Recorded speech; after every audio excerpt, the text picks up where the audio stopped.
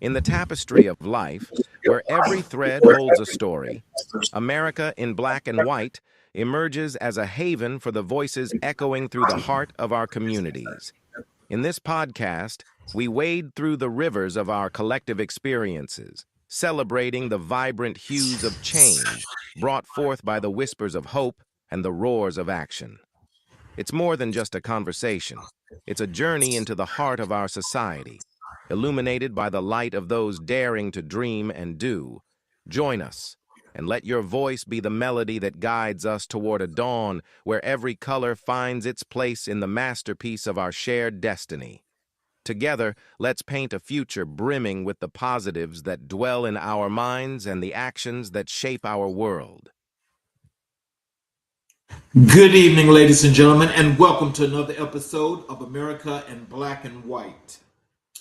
I want to say peace, love, and power to everybody tuning in right now, wherever you are, whatever you're doing.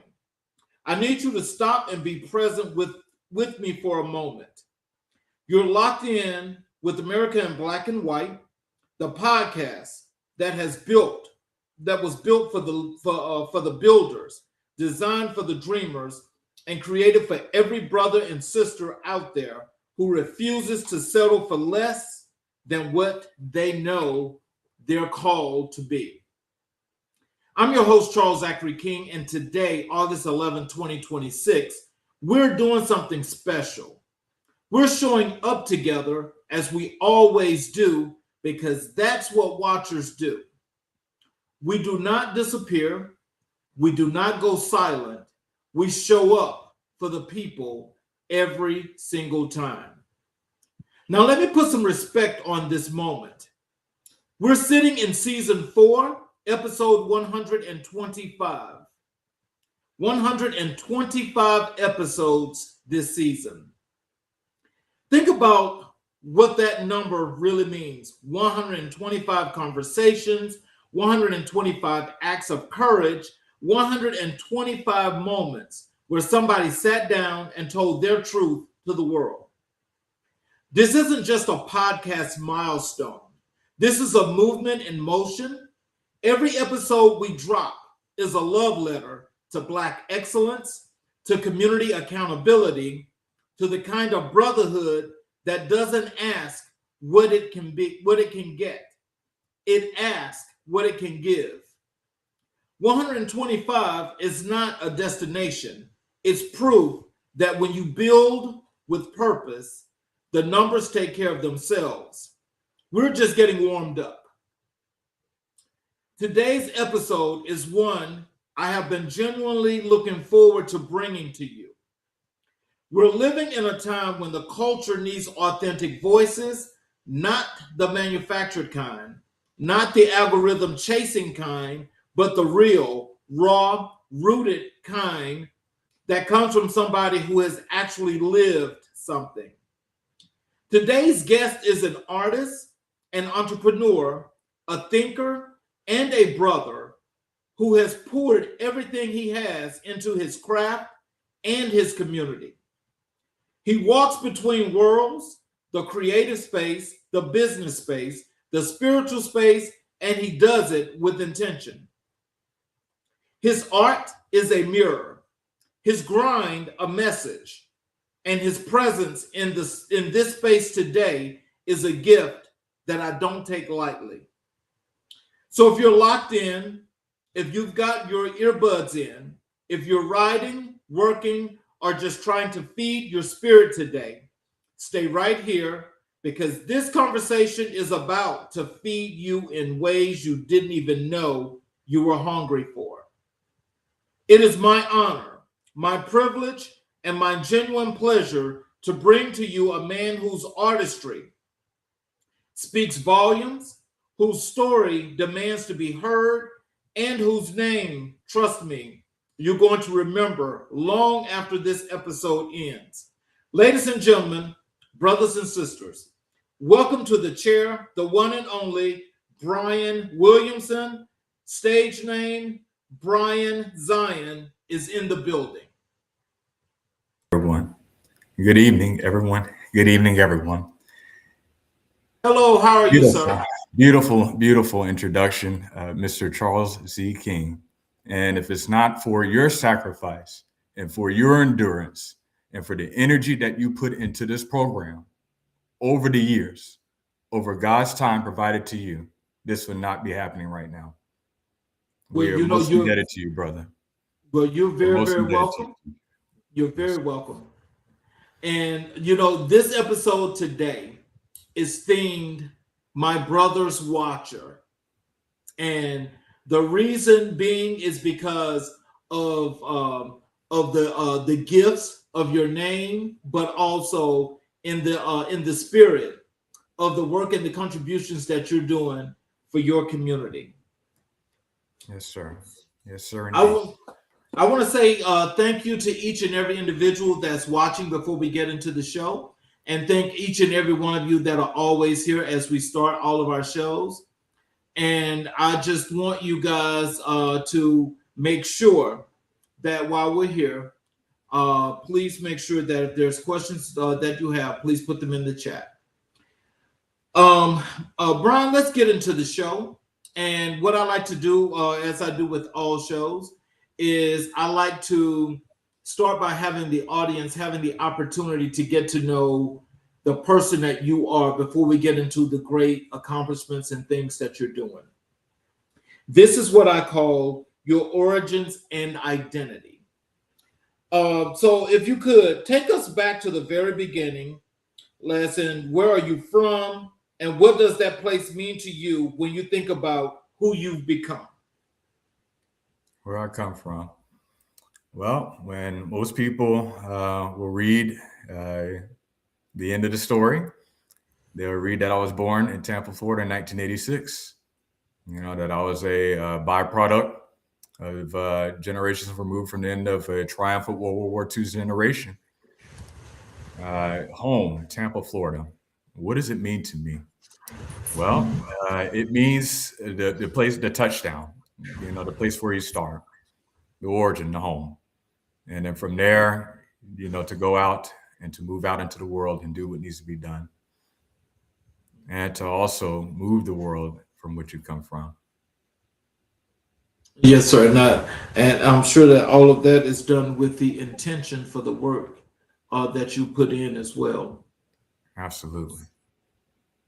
So, how did your upbringing, your household, and the people around you shape the core of your identity? And what values from that season of your life have you carried into everything you do now? The upbringing is extremely important.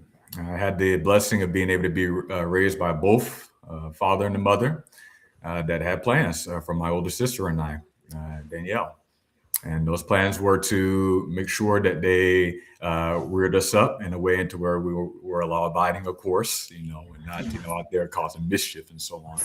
But at the same time, instilling us with the spirit of being able to see things clearly and being able to see through intentions and being able to see what has to be seen for the promotion of everyone worldwide. To live in a world that is open, to live in a world that is not constraining, you know, because of fears and inhibitions and poor decisions made by bad actors in the past. We have to move beyond that. And that's one of the things that they taught me. Being able to be open, being able to be firm in decisions, and being able to move in an upright way that is challenging and clear and meaningful, most of all, to all, that extends beyond our immediate time that we have here.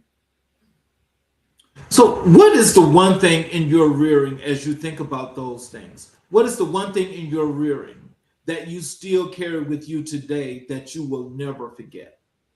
The biggest thing is persistence. Being born and raised in the United States as a American-born African descent, okay, of slavery, those that have survived the toiling fields, okay, Mhm. and living in this present time and context under the guise of, oh, we moved on and you should let it go.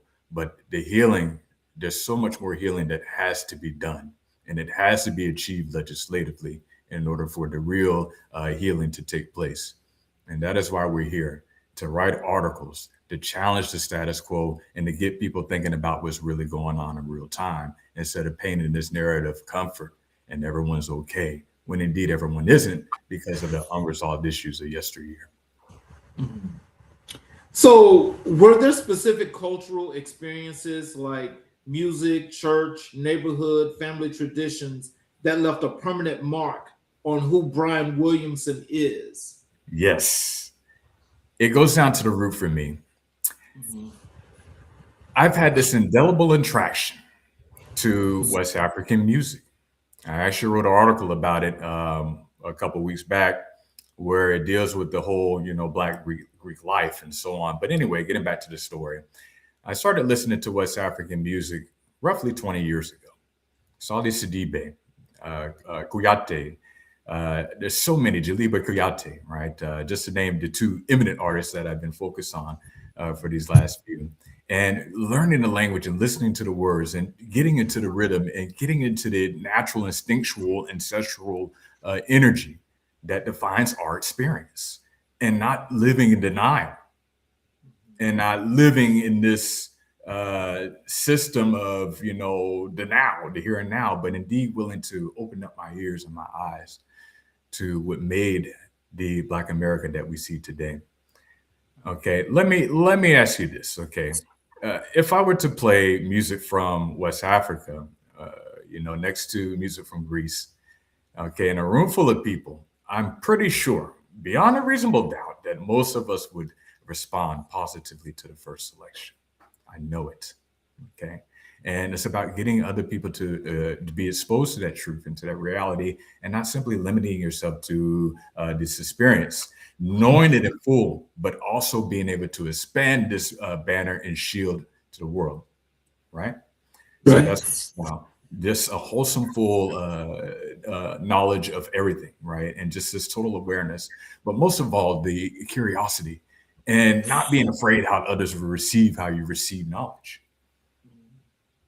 So, tell me about the West African music and why is it such a dear part of music to you?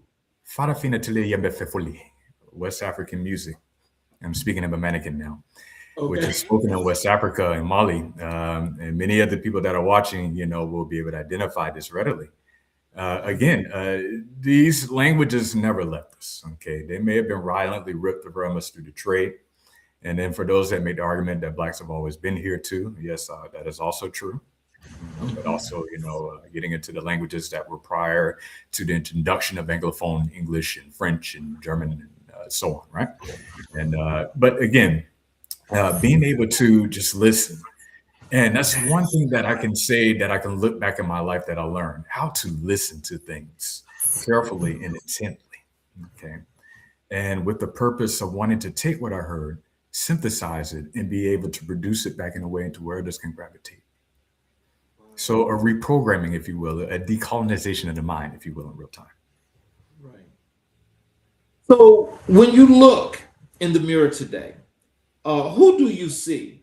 How do you define yourself beyond the titles, beyond the artist, entrepreneur, or public figure?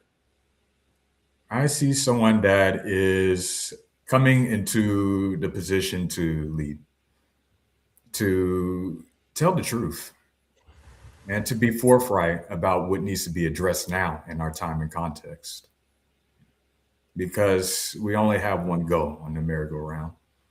Right. And if you go on the merry-go-round and you enjoy that go, you remember how much you enjoyed it. Conversely, if you go around that merry-go-round and you don't enjoy it, you will also remember that as well. So you have to make choices that align with your spirit and what you want to see in this world before you leave. Were there moments in your earlier life when your identity felt under pressure? Were there moments where you had to fight to hold on to who you really were? Absolutely. It's a numbers game, Mr. King. We account for less than 15% of the population. When I walk outside of my door, that's what people see. That's what I see. That's what we've all been acculturated to see. So you're either going to, live in this fantasy world of denial, or you're going to confront what is long needed to be confronted, okay, which is these issues and how this country was built and how people were exploited and their time and energy extracted and stolen uncompensated for this continuity that parades itself as the standard of the globe. That needs to be addressed. And that is what runs in my veins when I get out of my bed every day. Oh, I want wow. people to see that. Okay. And most importantly, I want to live it. Okay. Because believe you me, brother, others are living their reality to the fullest. They're not denying, they're not diminishing, they're not hiding it. Okay. So that's all there is to it. So, what is something about your roots that you think most people would be surprised to know something that doesn't necessarily show up on the surface of your public persona? Well, when most people see the name Brian Williamson, again, it's all speculation as to what they're thinking. I don't know what people think. Okay. But I do know what people see for those that have sight. Okay. And from that alone, okay, can be gained from body language and from people and from how people position themselves. Case in point, earlier this morning, in earlier meetings with potential people of the future, being able to see them and study them, and just get a sense of, their position, if you will. Everyone has a position. Okay, some are positioned high, others positioned low. Okay, wherever you do interpret this, some are positioned in, some are positioned out, but everyone has a position, most certainly. And it's about being aware to the fullest extent as to how positioned you are in your life and in your experience on this rock. Let's move over to your artist journey, the music, and all of those wonderful things that you're doing. When did you first realize, like, truly feel like in your chest that you were a creative? What was that moment or season that made it undeniable? When I was singing songs that made sense with wiping sweat off my brow up in New York many years ago, back in 2013, in a restaurant called Sugar Hill. And some of y'all know it. And some of y'all probably like, oh my, oh, this all is clear now. Perhaps, yeah. But it was really that experience that where I began to develop more into an artist. I started looking at things and I started creating music that matched that mood and that energy that I was interpreting and synthesizing in my brain. And many songs that captured the essence of life as American-born African descent in America, Babylon Down, how the police are engineered from the killing fields of slavery to target and hunt Black people, okay? And how the insurance companies, and their trickery, create all of these different mechanisms and wordings and so on to be able to delegate different peoples to different levels of society, okay? Songs like "State of Swing," which is essentially the hallmark of the album "State of Swing," which was released in 2023. Took many years to develop it. Had beautiful songs, but that covered the essence of work and labor, and having to put that energy in to get something back in return to be able to keep doing it again, to be able to keep living, to be able to build and get beyond living survival, to be able to thrive and so on. So it's a journey. So, walk us through the evolution of your artistry. How has the way you create, what you create, and why you create changed over time? Well, we all change, we all don't stay the same, but some things do remain, and that's history. And history is what is essentially the crux of everything. I mean, it's the baseline. Everything and everyone has a history, has a story. And it is simply our job to tell our story. And that's what Bryan Zion does through the music. He tells a story, one of joy, one of peril, dynamic and especially unique in its own way, and honest, most of all. Wow. Let's talk about the name Bryan Zion. Where did that come from? What does it mean to you? And how does it represent who you are as an artist? I received the name Brian Zion from a bouncer, and he know who he is. Shout out One Love Flex, FLDS. He gave me my name, Brian Zion. Is what he used to call me. I was a dishwasher there at the restaurant there many years ago, helping out old Eddie Freeman and his lineage, Aaron, and so on. But yeah, it was Flex that gave me the name Brian Zion, and it stuck with me because again, the religious background, the upbringing in Christianity, also the exposure to other religions, and just the synthesis, of information and knowledge and experiences throughout time, and being able to allow myself the time and the ears to, take those things in and, making it to something that reflects an identity. So, who are the artists, creators, or thinkers, past or present, who have had the most influence on how you approach your craft? Well, Prince, as far as the productivity and promotion. Again, this is a show that is, under my production, and also, I get assistance from family as well, and from friends and mentors. Shout out to John Sada, Rising Sun Studios. More to come on that later. But again, it's a self-built engine, okay, a self-built car. I'm not relying on a recording contract from a major studio, producer, what have you. It's all original, it's all produced, and everything that I produce is copyrighted by the United States government. So yeah, keep that in mind. I have numbers, I have patents on all the songs that you listen to. So again, it's a process, it's work. It's a lot of work. It's not too much work. It's focused work.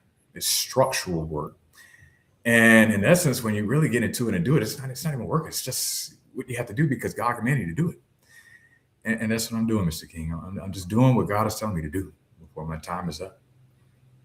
When I think about you mentioned Prince, and I got to tell you, Yes, sir. I am a Prince crazed individual. Mm-hmm. And when I think about his music, his music, it touches the soul, actually, because I think a lot of people have to understand when they listen to music what it means, and I just know that that's what it means to me. Yes, sir. But when I think about Prince, and I think about how he did everything that he did his way, he understood, as the genius that he was, what he was creating and why he was creating that. Right. When you think about the influence that he has in your career and your artistry, yes, sir. what was at least 2 to 3 things about his creativity that caught your eye? Number one, he was unapologetic. Okay. He lived like he needed to live. He wasn't making excuses and apologizing to everybody, for things that they did or didn't do, promises that they made or didn't keep, or what have you. Okay. He was living on the purpose and on the whip of a purpose. And when you're living on the whip of a purpose, you're going to move a lot differently than someone who's just simply floating through life. I know what it's like to have floated through life. It's not a good feeling. But you learn quite a bit from it when you're able to actually sit and reflect and look back. That's the first thing. You asked for 2, and then real quickly, the second 2 things. 2, perseverance. We know what that means. Don't stop. Yes. And then 3, empowerment. We know what that is. And I think when he changed the game for all artists, especially those that were under contracts, as to what it meant to own your music. Yes. Because now when it comes to music, I don't hear many people today talk about contracts with these big labels. Everybody's going independent and doing their own distributions. Right. So I think that was the one thing that when he taught that independence, I think a lot of people still need to understand the in-depthness of everything that goes underneath that in order to make that work. But I definitely think that that's one of the things that he was a trendsetter at. Indeed. And again, going back to that history again, and the young folks that are watching tonight, everyone that sees it tonight, or, they're going to, it's about being able to keep going forward and doing what you need to do, and not worrying about what other people think, just focus on what you need to do. Be there for yourself, support yourself. There's times when you're down, but you can lean on the shoulder of the Creator, and He'll do what He needs to do to keep it going. So, have you ever had a major artist pivot, like a moment where you completely shifted your sound, style, or direction? What drove that change? Well, that change is actually in the process now. The current song that I'm working on, as far as the sound, is transitioning. It's a transitional sound compared to a reggae West African fusion bass that I ran on my opening album. I'm also starting to incorporate Arabic sound as well in my music. So again, this new track is a mix of funk, a mix of everything. You're listening to something from someone that has listened to a lot of West African music over the years and has dived deep into the rhythm, not just the rhythms, but the language and what they're saying, what they're communicating. For example, Mogate Diabe by Sume Sengeri, which means Mogate Diabe means you can't please everyone. Okay, and Bamanike. So again, when you listen to stuff, you're going to pick up on it, just like with the songs here, in America, songs in UK, and so on. Listen to it long enough, it's going to stick to you like glue, and it becomes a fabric of your DNA. What is the piece of work, a song, a project, a performance, a moment that you feel best represents who Bryan Zion truly is? When I'm talking about society, Please Love Everyone Tonight is an excellent example of that. We all have our differences, but if we can all come together, like money, like Prince said, money doesn't matter tonight, right? But if we can all come together in the day and just say, hey, this is what it is. And let's develop a life and let's develop policies and let's adhere to those policies that actually recognize everyone as equitable, humans, that can produce and that can have a good life and that can enjoy a good life. We all have it. Why not now? I mean, this is the most economically affluent world that we've ever had in life. And you mean to tell me we still have people that are struggling and people in poverty? Really? What's going on? I mean, there's something wrong here. And a lot of children are going to reach that reality for those that are tuned in and have developed that third eye. Okay. Okay. Yo. Let's shift a little bit to talk about your brotherhood and community work. Let's talk about brotherhood, real brotherhood here. Do you have men in your life who truly hold you accountable and who you can be completely vulnerable with? What does that look like for you? Absolutely. The men in my life are there for a reason. They're there for guys, and they're there to show me the things that are right and to show me the things that are wrong. Okay. Ultimate teaching 101, right? So the two men that stick out to me immediately, my father, Joe Williamson, and John Seda, my studio engineer. These men work hard, and they are the living example of what it means to persevere, of what it means to live with clarity, of what it means to do their best to be instrumental and supportive and all of the good things, right, that we were told as children growing up what constitutes as a effective, positive role model male in this working world.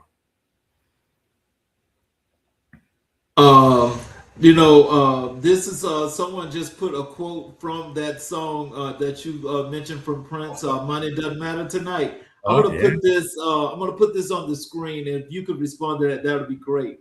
Oh, okay. And it goes. So what if we're controlling all the oil? Is it worth a child dying for? Yes. And actually, three men. There are three men. My older brother-in-law, Will Brown. And I'm very happy for him and my older sister because they just had their daughter, Alani, back in late January this year. So I'm very happy for him and her. and especially him because he is the definition. Aquarius, just like me too. We're both Aquariuses. He's a definition of somebody that that keeps purging ahead and keeps moving forward. It doesn't matter what happens in life. People are gonna throw you curveballs, but you keep moving ahead, and that's what it's about. And thank you, Will. Meow meow, Portuguese, my brother. And that's what it's about, right? Being able to just be aware. And sometimes we're not going to, be aware of everything. Yes, but again, it's a process, right? Just Yes. like a plant, grows out of the ground. It's not going to start prop up as a tree. It starts off as a seed, a little tiny seed, and then from there it grows into this beautiful tree if nurtured. Yeah. So tell us this: who are the mentors, formal or informal, who poured into you and helped shape the trajectory of your life? What did they give you that you couldn't have found anywhere else? Well, my thesis advisor, from an academic standpoint, Dr. Edward Kissy, born and raised in Ghana. Well, born in Ghana, but raised in Canada. And then he found his way to the University of South Florida in 2000, in early 2000s. So as far as the organization, effort, as far as organizing your thoughts, putting everything in perspective and in category, he definitely instilled that in me during my collegiate years, of which I finished my master's degree, now 12 years now. So it's been some time. But I'm thankful for him at USF there at the Africana Studies Department. For music, John Seda of Rising Sun Studios here in Tampa, Florida. Over the years, since 2022, he's been very instrumental in helping me to refine my sound and helping to facilitate the music production portion as far as the sound and the engineering sound and techniques and all of that. But as far as the actual notation, that belongs to me. As far as the actual lyrics, that belongs to me.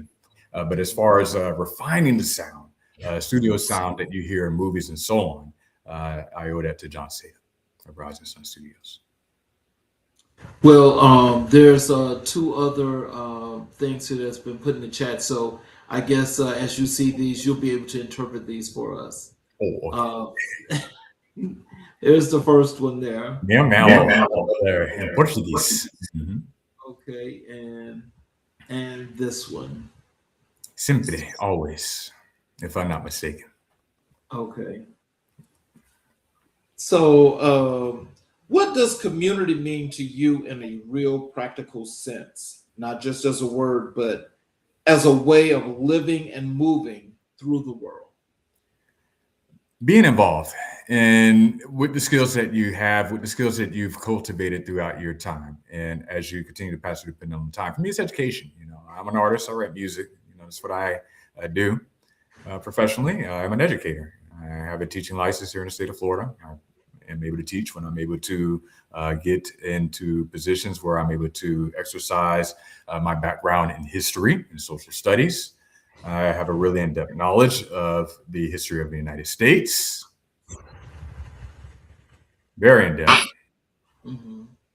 And these are things that need to be taught to our children now.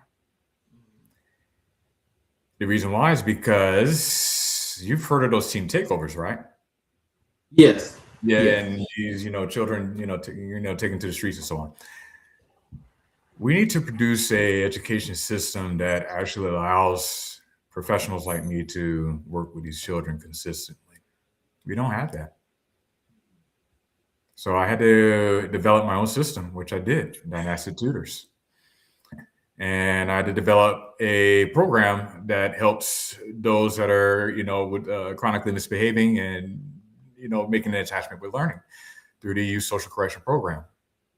I had to create because I was excluded.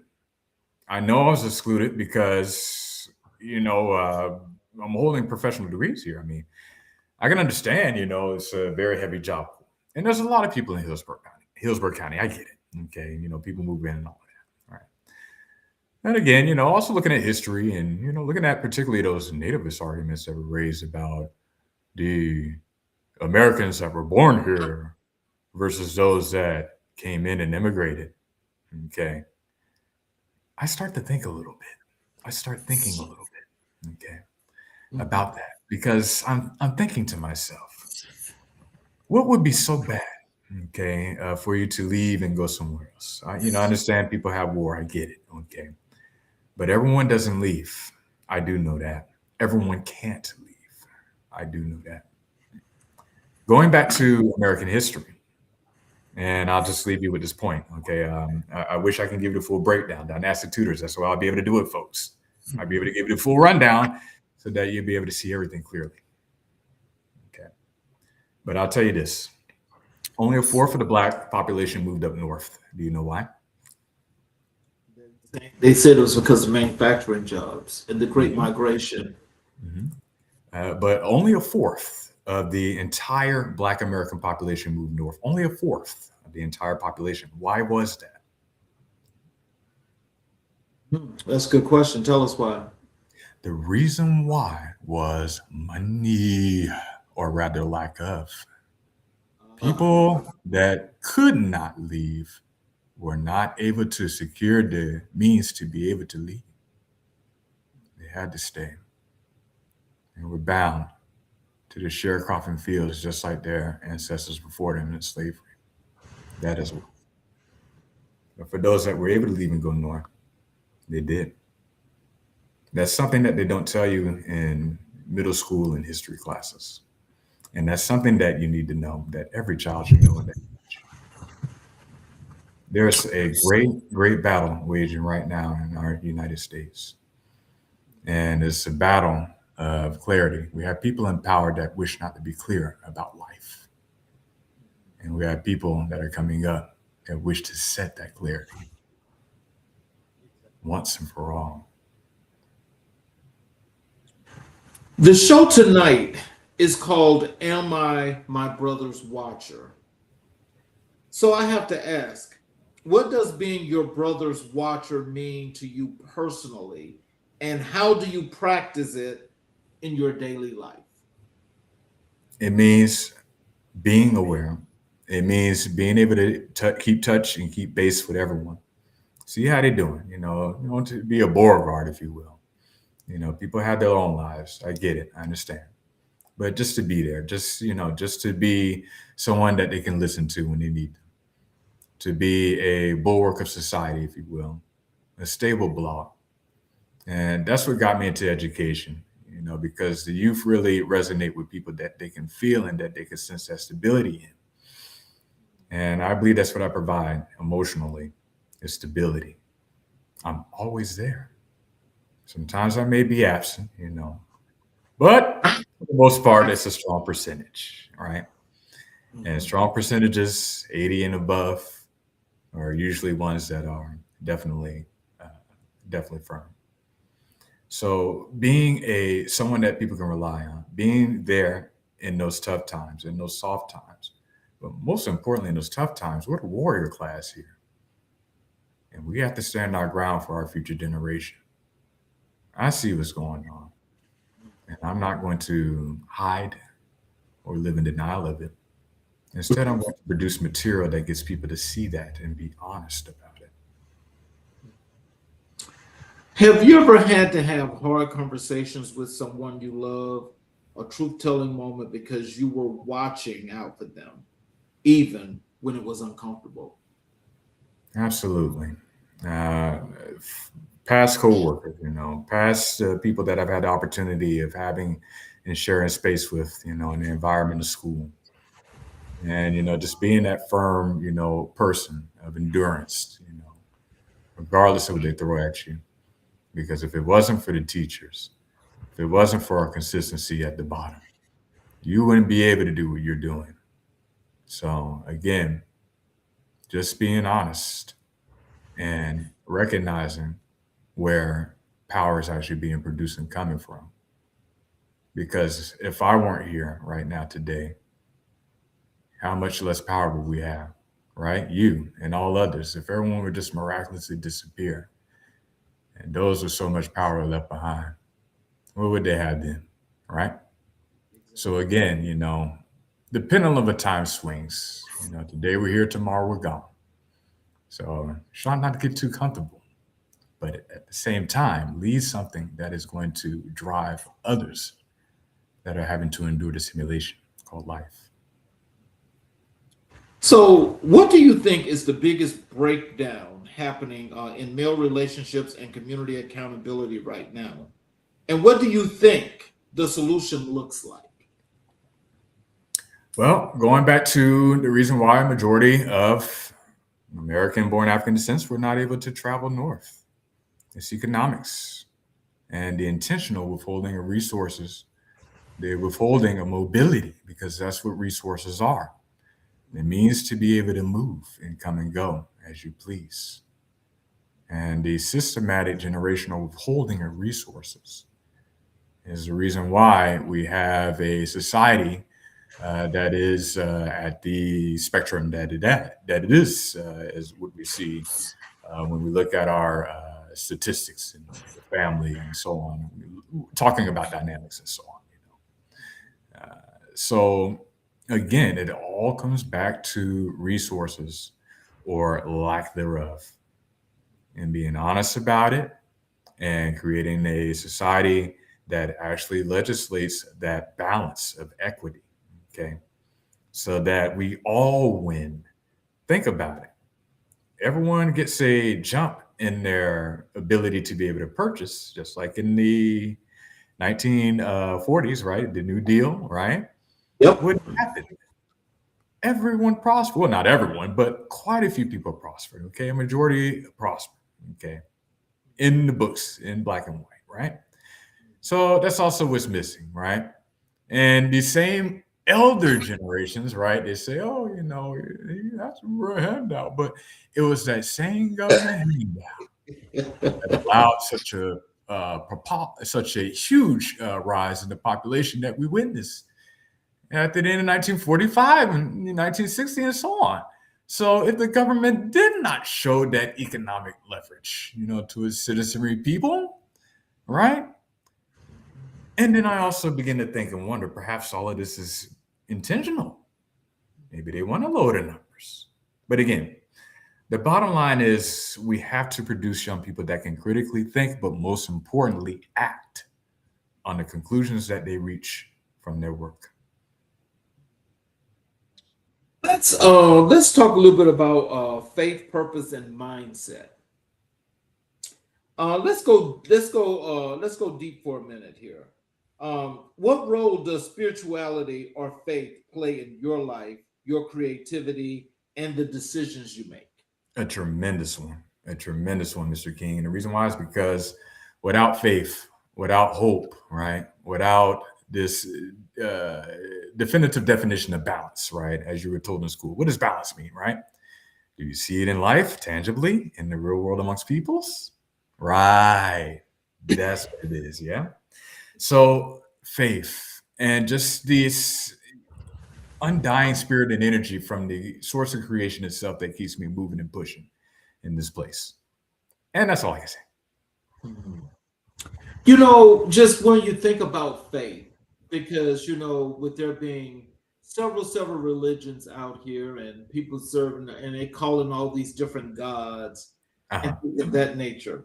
Mm-hmm. When we think of the true meaning of what it is to be Christian, is the fact that this all started at the motherland in Ethiopia with the real Bible. Correct. So with that, how are we what is your opinion of the teachings that they're doing with these variations of Christianity with all these churches in America? Because I understand. It's doing a whole bunch of stuff, And so how do you know, how can people say, well, this is real and this is not real? Well, faith, religion, Hindu, Shinto, there's so many, it's a diversity, like flowers, right? Right. And again, it's going back to the West African music. It's what resonates with you, Hinduism, the teachings of Hinduism resonate with one man or one woman. Teachings of atheism resonate with another woman, another man. Again, it's what you've been exposed. It's also your exposure to, growing up as a child, and it really begins there. Again, this is coming from the middle school teacher. Okay, and, someone that has worked with children that are transitioning from youth into adulthood, and that's a pivotal age because that's the age where you essentially find yourself. You'll find the identity that you're going to be essentially for the rest of your life at that age. Yes, believe it or not, 14, yeah, 13. As I remember vividly when I was 13, 14 years old, and what was in my mind and what I wanted, what I didn't. Okay. So again, everyone has a taste, it's a litany of tastes out there. Everyone, to each his own. And, what drives you. All I have to say is this to this, as long as you're producing something that is hurting, not harming people, right? You're producing something that's helping people to see the light and free themselves from these constraints and these falsities that we erect in the so-called name of safety and security, right? We just be honest and true with each other, right? We can, absolutely, and we shall. So how do you define your purpose? Not just what you do, but why do you believe you're here? What you were put on the earth to accomplish? Well, unfinished business. Martin Luther King Jr., Malcolm X, the business is not done. It's not done yet.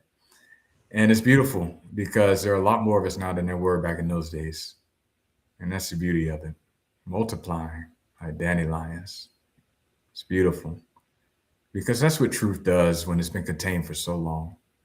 It multiplies. That's what it does. It expands on a plane that has been designed to keep it contained. Like Tupac with the rules, right? With the rules growing out of the concrete, right? Same thing. There are forces that have been put here to suppress growth, and there are forces that have been put here to support it. And I'm a plant looking for my sun, looking for my water, and looking for my soil. And also batting away the predators that are trying to chew away at my leaves so that I can produce beautiful fruit that will keep the planet alive. When life gets heavy, and we all know it does, what keeps you anchored? What keeps Bryan Williamson from drifting? Perseverance, purpose, and the music, the writing, everything that you see, everything that is presented by choice. I don't present everything, but the things that you're able to access, okay, those things. And just the inner calm, and not even that, just the inner calmness of being able to get up every morning. It may not be the best day, but I'm thankful and I'm forever grateful for the blessing and for the support that I have in my life, that I do have in my life. And I'm taking what I have and working towards multiplying it, not burying the gifts, if you will, if I can, refer to the Bible once more, not burying the gifts. They're here. They're available for everyone to see and hold and have your own peace, right? If you will. And not just to have it, but for it to be a memory, okay? A memory, because that's what this all is, right? A beautiful, big, beautiful memory. Yeah, and so, well, before I move on here, there's a comment here that agrees with you on that previous question. I'll put it here for you on the screen. It says exactly is what resonates with you when you were talking about the religions. Can you tell us, do you have a morning routine, a ritual, or practice that sets the tone for how you show up every day? Tell us what that looks like. Absolutely. Well, my routine typically begins at 5 o'clock in the morning. And some days it may begin later at 7, but for the most part, it is 5 a.m. That's the time that I'm up. That's the time that I am not looking at technology or trying to immediately distract myself with the ways of the world. It's the time to say, good morning, Bryan, to check in, to see where we are, and to see where we need to go. And I always open up with this line: order my steps, God, for today. Give to me what it is I need to do for today, and it will be done, my Lord, on earth as it is in heaven. If you had to write a personal mission statement, just a sentence or two that captures what you are about at your absolute core, what would it say? It would say that I am passing through this time, and there are things that I had to see, and there are things that I have to leave. And I'll leave it at that. How do you protect your peace and your mental health in an industry and a world that can be relentlessly demanding? What boundaries have been non-negotiable for you? Knowing that everything is temporary, knowing that everything does not last always, that it too shall pass, that power that you hold today will be no more tomorrow, or conversely, powerlessness today, powerful tomorrow. So again, it's a pendulum, it swings. It's not certain, it's not permanent. The only quote unquote permanence that we have is the one that we assign, right? From our choice to choose to remember. But that's it. And just thinking about that because I don't know, I guess would that also be like depending upon the person because there are some people that has this thing of course they call it OCD. There's some people that are just compulsive Uh-huh. with just making it right. The appearance has to be right. And so sometimes those things can be hard to let go. I mean, have you ever been in a situation like that, or what makes it so hard? You think for those that have the OCD that can't let go? Well, I battled with this myself for a long time. It's the idea of control. You grow up, you see chaos around you, and you want to correct it. You want to fix it. And it's like, why can't it? Why can't we do this now, right? Right. And then just being honest about that, and just saying, okay, well, you can't control the stars and the sun. You've just been given a certain assignment, so you just have to, control that. That's all there is to it. And that's all there is to it. You just, because sometimes we get into that God complex. Oh, everything will be perfect. No, it doesn't actually. Sometimes, you're, going to color outside the lines, if you will. Now, don't swerve if you drive, because, right. But you know what I mean. Right. So that's what it is, Mr. King. Just again, going back to that word, awareness, perseverance, and just doing what you need to do. Well, Yeah. I'm one of those that struggle with OCD. And so, Okay. I try real hard. Oh my God, I try real hard to not to, let so many things kind of like stick in my craw and in my mind Mhm. because I'm both visual and Mhm. auditory. Yes, sir. And so to actually see something that's not right, and I have nothing whatsoever to do with it. And when I see it, I'm just like, oh my God, is this real? Yeah. But Mhm. and it's one of those things that I can accept it and I can understand that, but it's Uh-huh. like, well, let's just try, let's fix it up, let's make Right. it right. Exactly. Right. Let's and But it don't happen that way. And no. so it's like I have to work really hard on myself and I try to stay, pretty calm about a lot of things, Yes, sir. especially when I know that it's like something that could be done with intentions. Right. But I just think that a lot of those things sometimes, even though we know that they're beyond our control, but Hmm. it's like we just want to make it like be the Make best it that it so. was supposed to be. Hmm. Indeed. We just want to make it so. And Right. especially when you see other people around you, quote unquote, making it so. So Yeah. again, you know, again, just being aware of that and just going forward and leaving something that's going to inspire people. Okay. Yes. Leaving something that's going to say, don't give up, kids. you had the rest of your life. Make wise decisions now. Be consistent, and it will pay off. Not in this life, but certainly the next. Okay, Right. there is such thing as karma.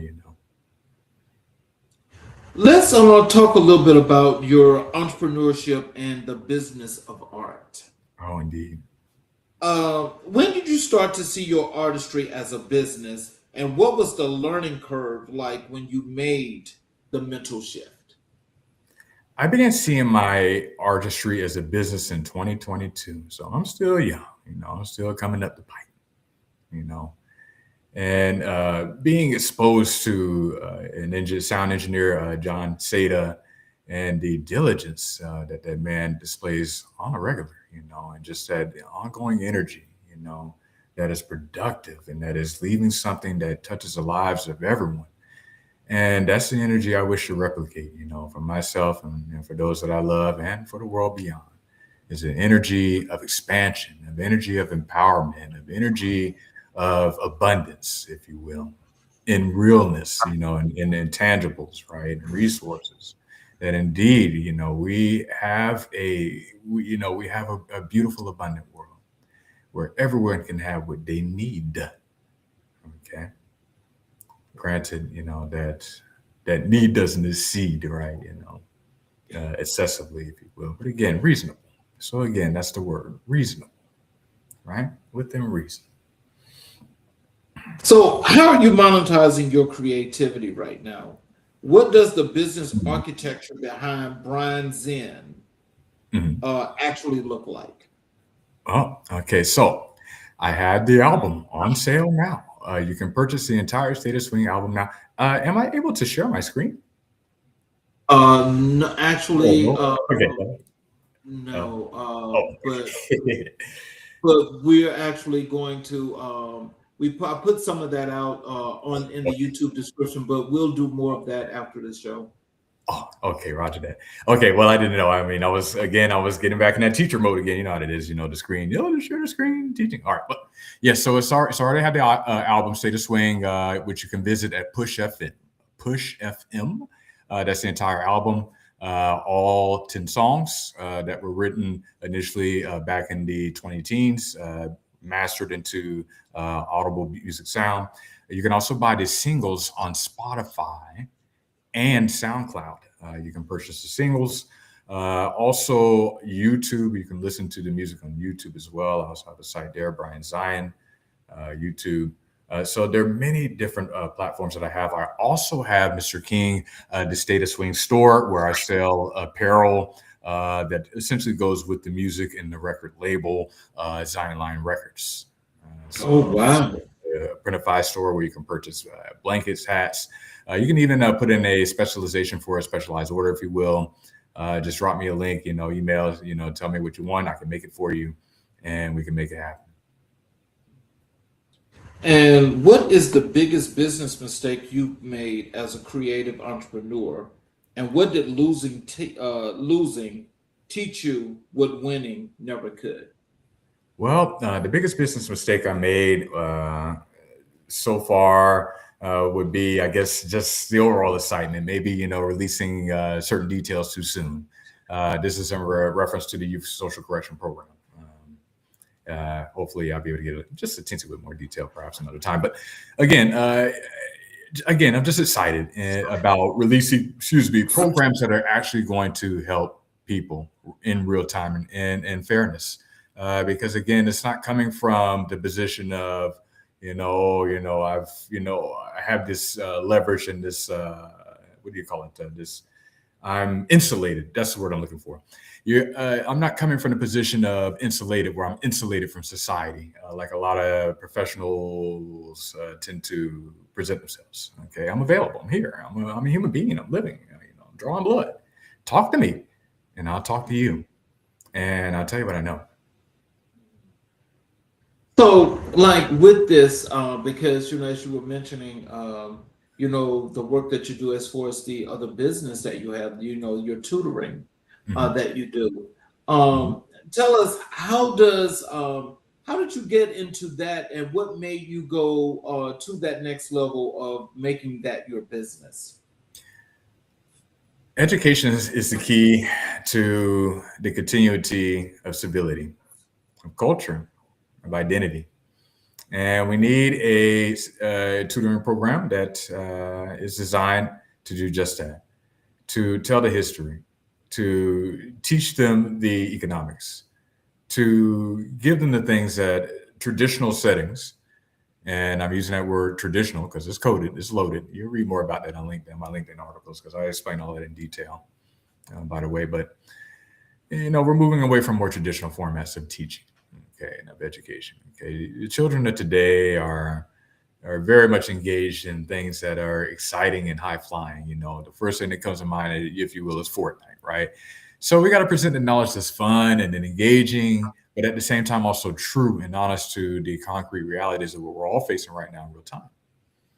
And Dynastic Tutors provides that, that groundedness, and making sure that our middle school and high school students are equipped with the knowledge of American civics and history, especially, so that they can step into this world armed and ready to be able to defend and safeguard against those that have been reared and raised to attack other cultural realities. So in doing the tutoring, and I understand the educational perspective that you brought in that you just mentioned, but from the overall perspective, I mean, what are you expecting from your business in doing this that you're going to be able to build, not just with the community, but with the folk in the community that need to learn the things that you're helping them with? How? By constantly being there. Not at the same, inundating, right, if you will. Okay. Just like our media, when we get up every day, Mr. King, we're being inundated with ads. Buy this, buy that, right? You need this. You need that. You need this. You do. It will change your life. It'll change the way that you look at this world, particularly particularly the structure that we find ourselves in. And you will live according to the history that has been developing, right?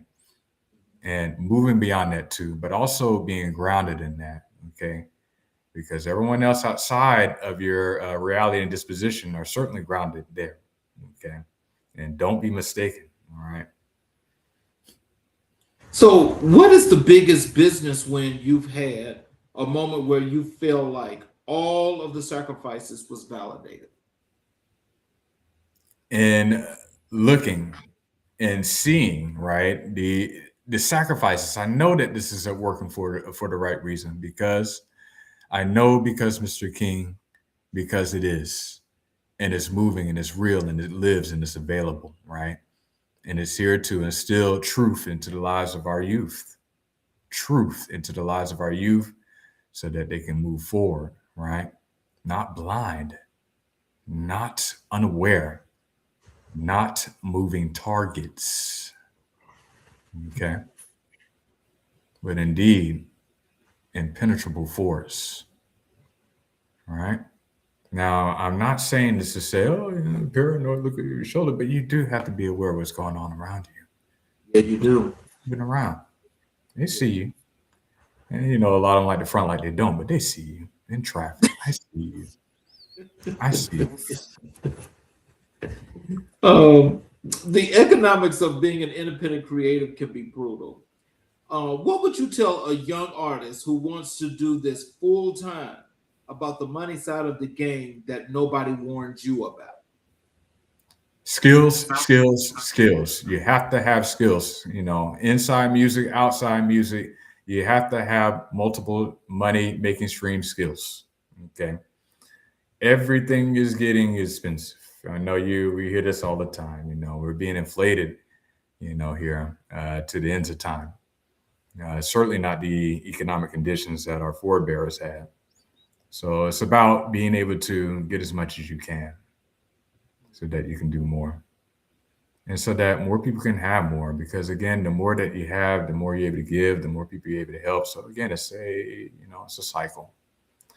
And being able to understand that indeed money is water, and being able to develop and cultivate a positive relationship with that water so that it can continue to flow.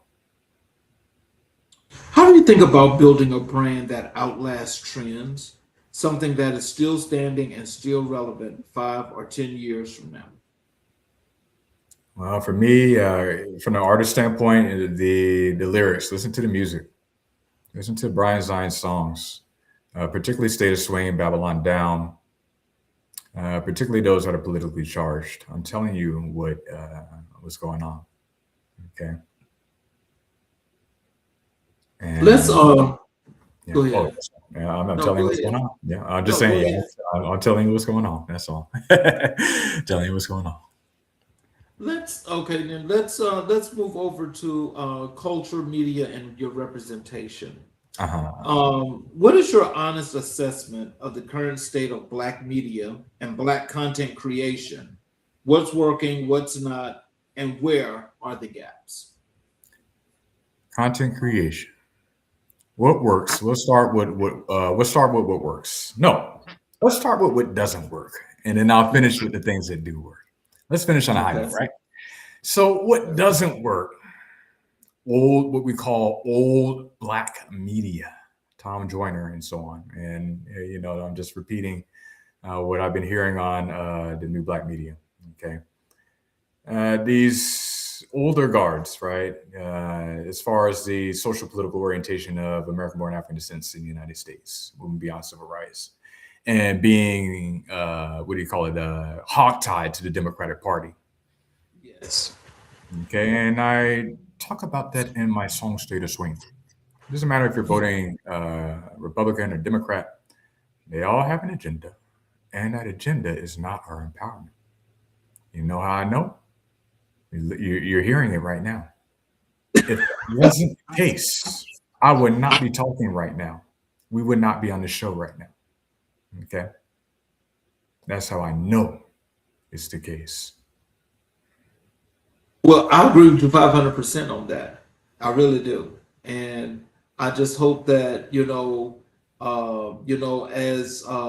as the days go by, people's eyes will start to open where they actually get to see that real scope for what it is. Mhm. Because when it comes to all of that, I just stay neutral of it because for me, I don't support a party. Mhm. And so I have to make sure that I stay that way, Mhm. but I do talk about what's happening from that whole entire scope because Mhm. I think it's also important that we be informed about that because there's some decisions that we are going to have to make in order to at least breathe to Mhm. move. Right. So I mean, but yeah, I agree with you 500% because I just could never be tied to a political party because I know that neither of them mean me any good. You know what they are, Mr. King? Political parties in the United States are theatrics. That's what they are. It's just like the declining Roman Empire of old. In the final days of the empire, before the barbarians came in, that they relied on for military protection, mind you. Yeah, relied on the barbarians to keep them protected. Isn't that something? But anyway, yeah, and that's what it is. We're in the declining days. It's all theatrics before God, the Creator, reigns all of that evil in and disperses the good out. And that's all I can say about it. And we're at the precipice of that shift right now. Who do you think is getting it right in the culture right now?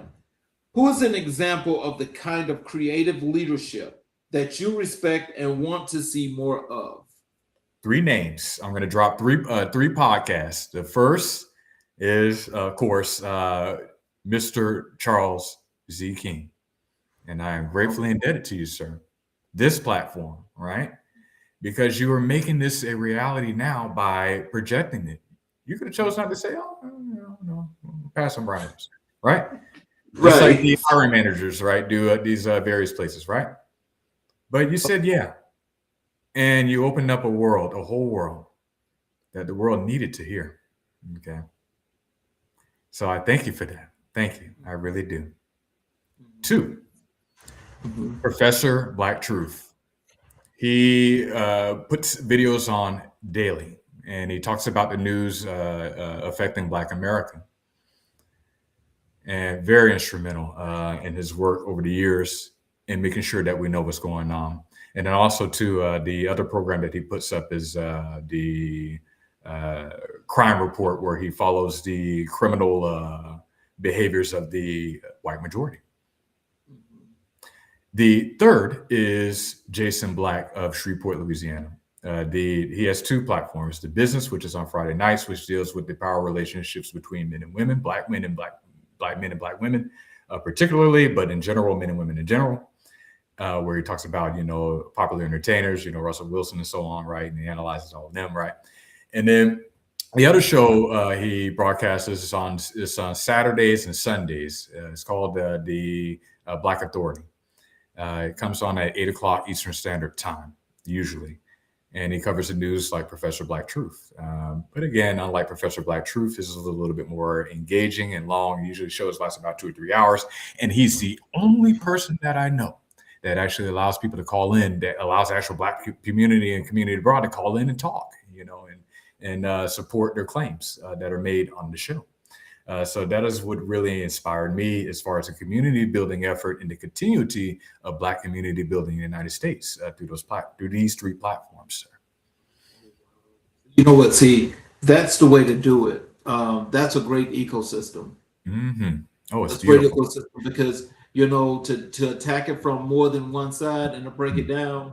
Mm-hmm. That's all you need to know. But see, again, that's where people that need to hear and learn, Mm-hmm. Need to get the real situations. Right.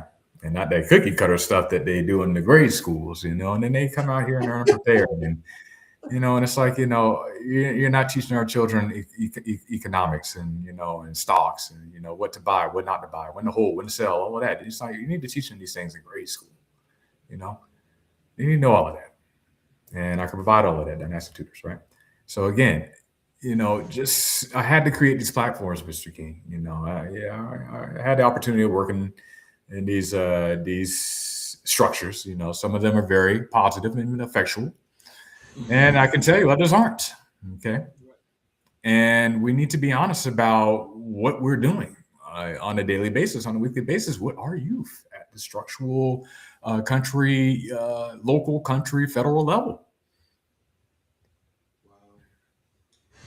Where do you see the most dangerous representation gaps? The images, the stories about Black people that are missing or being told wrong?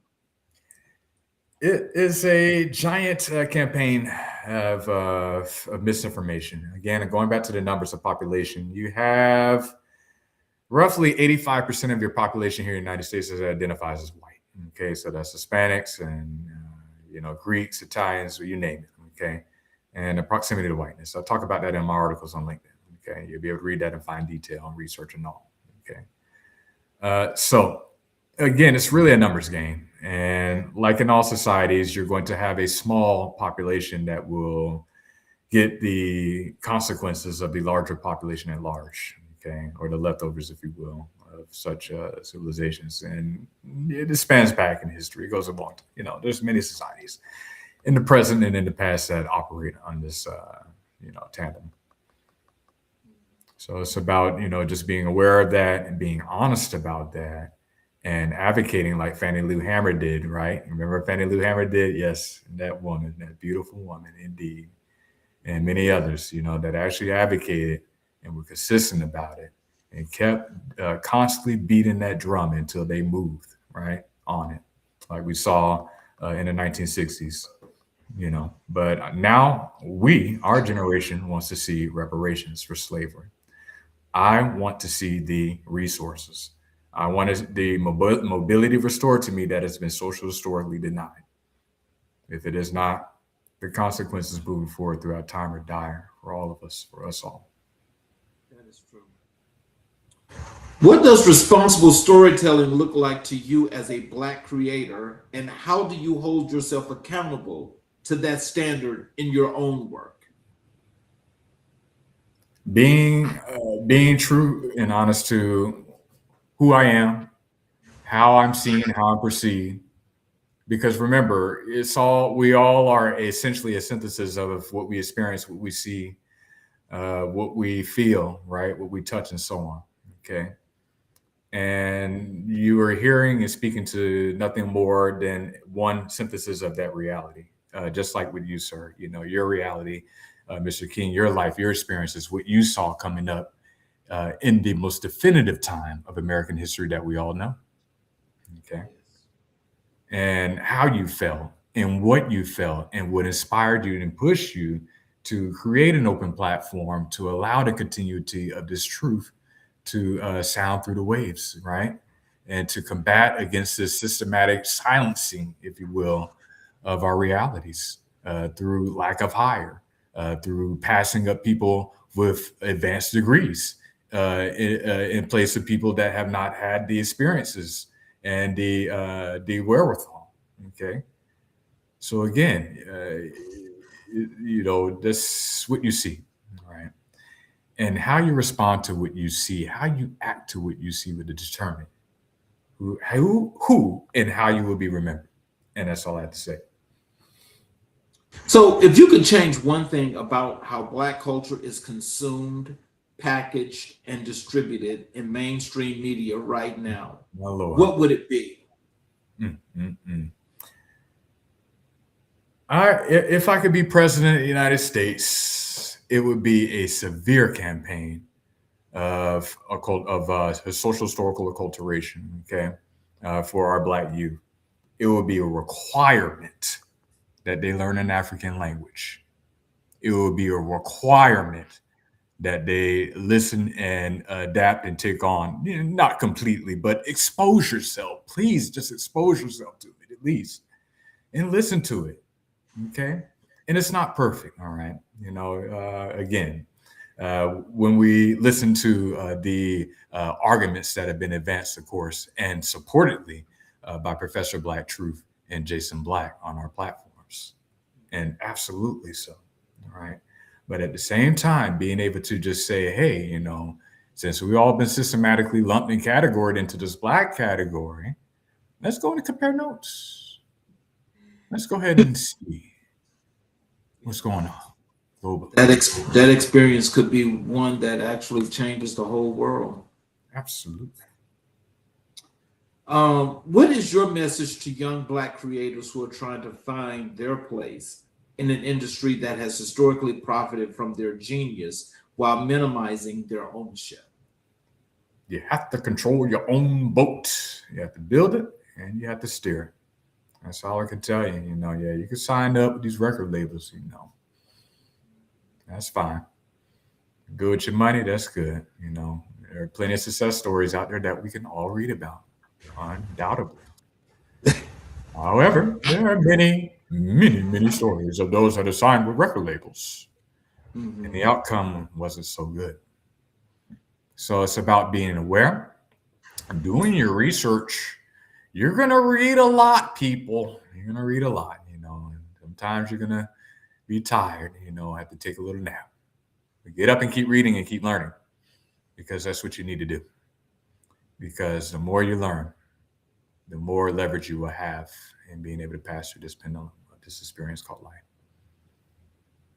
So let's do this segment here. This is what I'm going to call rapid fire and fan favorites. I'm going to shoot some things out to you, and I need to get your response. Okay. First one is favorite meal, the one that hits every single time, no matter what. Oh, no matter what. Well, it's going to be give me a fried chicken leg with some mashed potatoes and lima beans.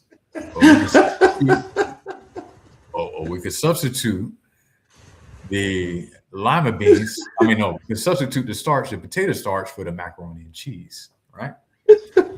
that one there. And then the other one is the chicken stew with beef patty. I can't explain. Yep, born and raised in Tampa, but that Caribbean, some good, it's good cuisine. It's good cuisine. Hidden talent.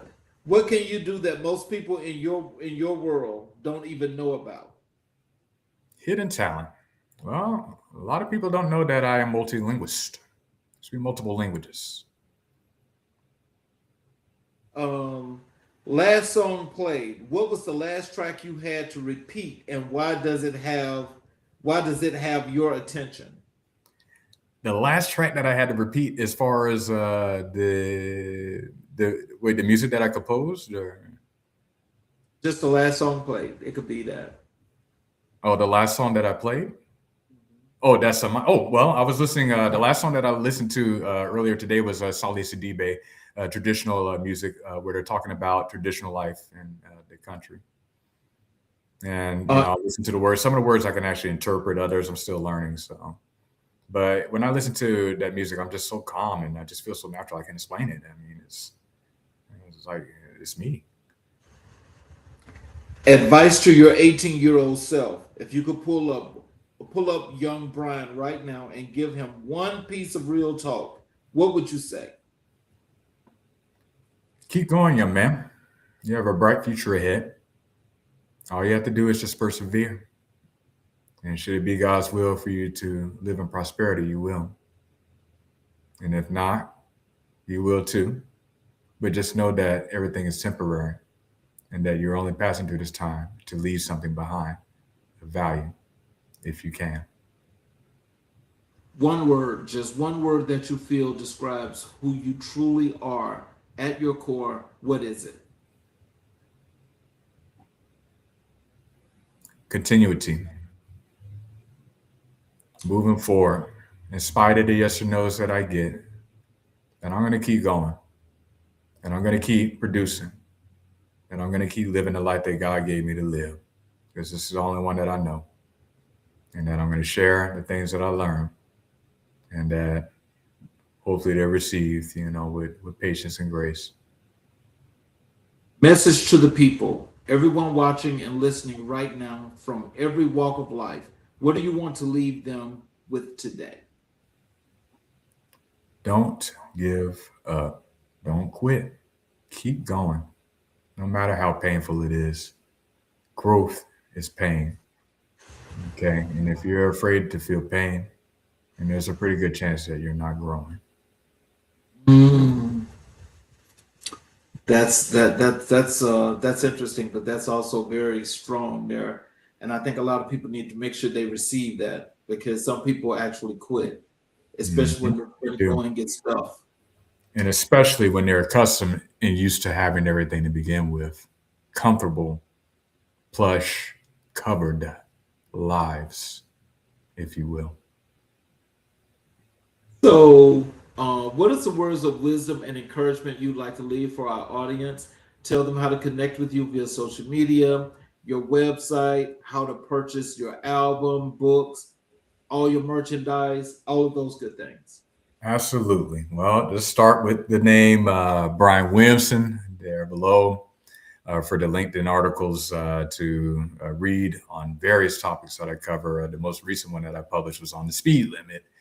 And, the average speed, believe it or not, across the United States is 27 miles an hour. And then I had some people, hit on me and all of that. But again, just to stir conversation on various topics, get people talking about things that we take for granted.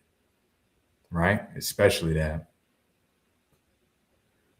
Yes, sir. Sir, anything else? Oh, absolutely. And then finally, from the artist side, so academically, it was Bryan Williamson, right? Dynastic Tutors. And then on the artist side, Bryan Zyin, BRYINZYIN. Check out the music, check out the websites, all of the links that I provided. Also to very, very, very active on LinkedIn.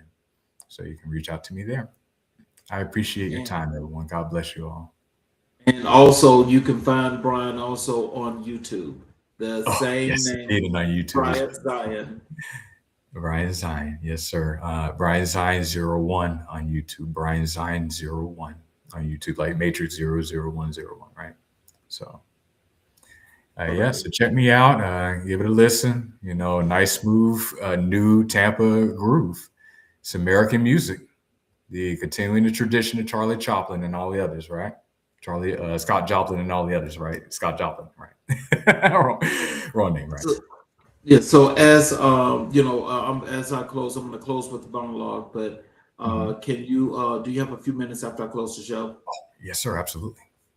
Alrighty. I want to thank each and every of you, every individual that has watched the show and been with us for the entire time. I appreciate your time. I appreciate your support. I would appreciate it for those that are first-time listeners or first-time watchers, and for those that have not yet done this. If you have not yet subscribed and enabled all notifications on any of our YouTube channels, I ask if you would please support us by doing so. I do appreciate that, because what it allows you to do is you'll be able to get the notifications to watch each and every time we go live. You're also able to go back and check out all the previous recordings, and you will get the opportunity to learn the information, the messages that our great professionals have left to help each and every individual to grow and to be more than just a part of the community, but to help to build it. As I close with this monologue, I want to say this. This is in dedication to tonight's show, and my brother's watcher, that these words are very deep and sentiment, and the meaning is definitely what you all should receive. Man, I need a minute, because that right there, what just happened in this conversation, that was a gift. Bryan Williamson, Bryan Zion, brother, I want to thank you from the bottom of my heart for showing up to this space the way you did. You didn't give us the highlight reel version. You gave us the real version, the scars, the wisdom, the joy, the grit, all of it. And that takes a level of courage that I don't take lightly. This chair is sacred, and you honored it. You honored the audience. You honored this show. And I want you to know that on behalf of everyone who pressed play today, we see you, we appreciate you, and we are rooting for everything that you're building. What struck me most about this conversation was the thought line, this consistent, unshakable thread of purpose. Whether we were talking about art, business, brotherhood, or legacy, it all came back to the same thing. Bryan knows why he is here. He knows who is doing it for, who he's doing it for, and that kind of clarity is rare. We talked about what it means to be your brother's watcher, and he showed us right here. What that looks like in practice. It looks like honesty. It looks like showing up. It looks like using your platform to say the things that need to be said, even when it's easier to be quiet. I hope you heard that. I hope you felt that. Now I need to speak directly to you, whoever you are, wherever you are listening from right now. You just sat in on a masterclass. Not an academic one, a life one. And the question I'm leaving you with today is this. What are you doing with your gifts? Not what you are planning, not what you are dreaming about. What are you actually doing? Because Bryan Zion's story isn't about talent, it's about choice. He chose to create when it was hard. He chose to build when others were tearing down. He chose to pour into his community when the world told him to focus on himself. You have that same choice every single day. Make it count. If this episode added value to you, your life, and I believe it did, do us a favor and make sure somebody else gets to hear it too. Hit that subscribe button, drop a 5-star review, share this episode with a brother who needs it, a sister who's building something, a young person who needs a reminder that their gifts are enough. Every share is an act of community. Every review keeps this thing going. We do this for the culture, and the culture is all of us. I am Charles Zachary King, and this has been Am I My Brother's Watcher? Season 4, episode 125. Until the next time, keep watching, keep growing, and never forget, you are your brother's watcher.